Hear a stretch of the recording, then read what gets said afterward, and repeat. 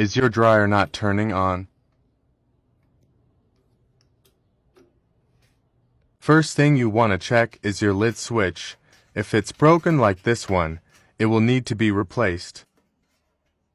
Remove these 3 screws located on top of your dryer.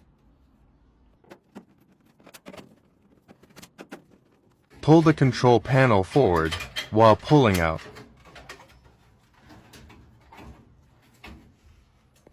Replace this lid switch.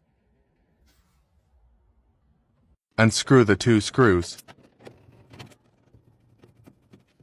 Take a picture of the wiring. Replace it with the original part. Connect the wires back the same way they were and screw it back on.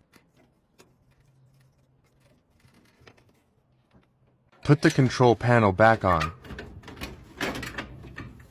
Put the 3 screws back. Turn it on and your dryer should start working.